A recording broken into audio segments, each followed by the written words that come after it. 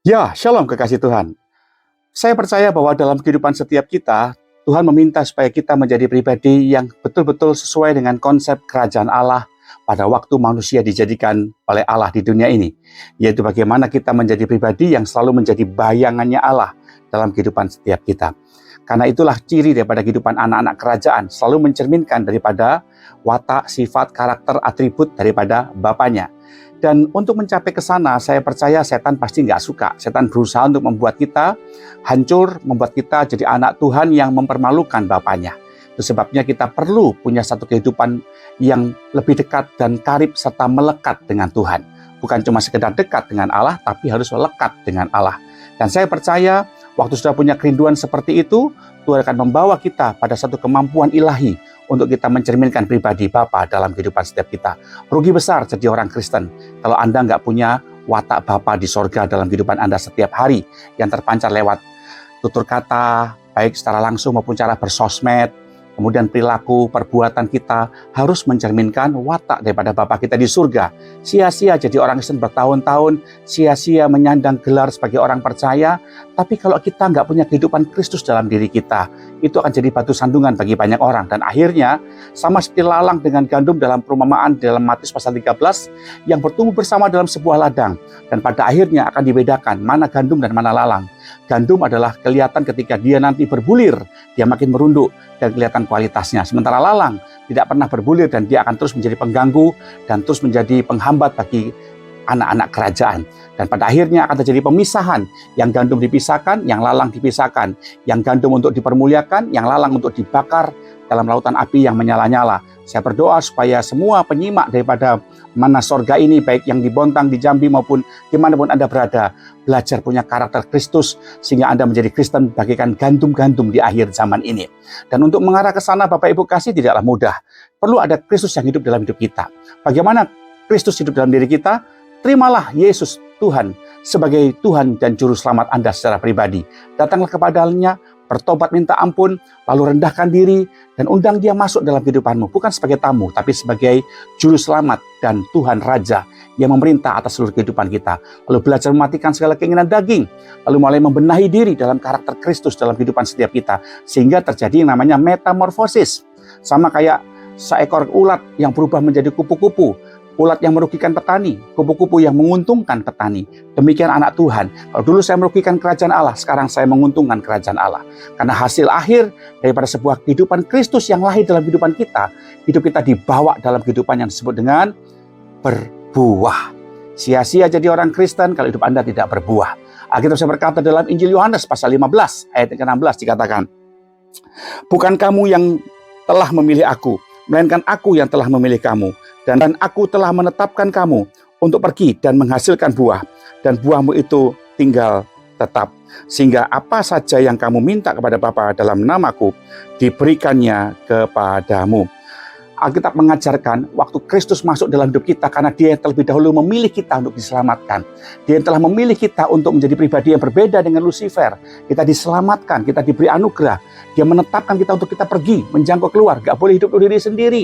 Gak boleh hidup untuk aku sendiri. Yang penting aku senang, yang penting aku kaya, yang penting aku diberkati. Yang penting aku gak ganggu orang gak ganggu aku. Aku gak ngerepotin orang gak ngerepotin aku. Gak boleh seperti itu Bapak Ibu. Dia harus pergi. Kata pergi berbicara tentang kita diutus oleh Tuhan untuk menjadi berkat bagi banyak orang dan menghasilkan buah. Itu yang Alkitab katakan. Dan kalau saudara jadi orang percaya tidak bisa menghasilkan buah bagi kerajaan Allah, hidup kita nonsens Bapak Ibu. Kita akan dicampakkan juga ke dalam api. Kenapa? Tuhan gak suka sekali jadi anak Tuhan punya kehidupan yang untuk diri sendiri. Nah, ada 3 macam buah dalam kehidupan Kristenan kita. Yang pertama dalam Injil Matius pasal 3, ayatnya yang ke-10 dikatakan di sana. Dimulai ayat ke-8. Oleh karena itu, hasilkanlah buah-buah yang sesuai dengan pertobatan. Ternyata buah yang pertama adalah buah karakter atau buah pertobatan. Orang bertobat itu kelihatan dari buahnya. Memang Tuhan mengampuni masa lalu kita. Tuhan mengampuni dosa-dosa yang kita buat. Dan Tuhan gak pernah mengingat-ingat. Kalau kita mengaku dengan Tuhan, itu penyelesaian. Tapi seringkali mengaku dengan manusia, itu malah hukuman. Tapi belajar hati Yesus ada dalam hidup kita, hati Kristus ada dalam hidup kita. Waktu seorang mengaku dosanya dengan kita harus mengampuni. Karena kalau engkau nggak mengampuni, maka Anda juga tidak akan diampuni oleh Tuhan. Dan ketika kita diampuni ada pertobatan, yang diharapkan adalah perubahan karakter. Dan itu yang Tuhan harapkan dalam diri kita, kekasih Tuhan. Sudahkah Anda berubah secara karakter? Karena buah karakter itu merupakan satu buah di mana ada karakter Kristus dalam hidup kita. 1 Yohanes pasal 2 ayat 6 dikatakan, jadi barang siapa mengatakan ia ada di dalam Kristus, ia wajib hidup sama seperti Kristus telah hidup. Buah karakter, sudahkah Anda memilikinya? Sudahkah suami, istri, atau pasangan Anda mengenal Anda sebagai pribadi yang telah berubah? Dan hasil itulah buah karakter yang kita persembahkan kepada Tuhan. Tuhan, terima kasih Engkau telah hadir dalam hidupku. Aku telah bertobat, Engkau telah mengampuni dosaku. Dan hari ini, adakah Tuhan mendapatkan perubahan karakter dalam diri saudara? Karena bagian itu yang Tuhan cari dalam diri kita. Sebuah keadaan di mana Tuhan pengen supaya saudara dan saya mencerminkan karakter Kristus dalam hidup kita. Kalau dulu dia pemarah, sekarang sabar. Dulu dia pelit, sekarang jadi murah hati. Kalau dulu egois, sekarang jadi lemah lembut. Dan lain-lain. Tuhan mengharapkan Anda ada perubahan karakter. Orang yang dulu suka dendam, sekarang suka memaafkan. Kalau dulu kekanak-kanakan, sekarang sudah dewasa cara berpikirnya, cara bicaranya. Dewasa yang natural, bukan dewasa yang dibuat-buat. Dan itu yang Tuhan cari. Orang-orang Kristen, apalagi Anda pengkhotbah, harus dewasa dalam cara berpikir. Itu perubahan karakter dari segi buah yang kita berikan kepada Tuhan. Lalu buah yang kedua yang saya dapatkan di sini adalah di dalam Kolose 1 ayat yang ke-10 dikatakan.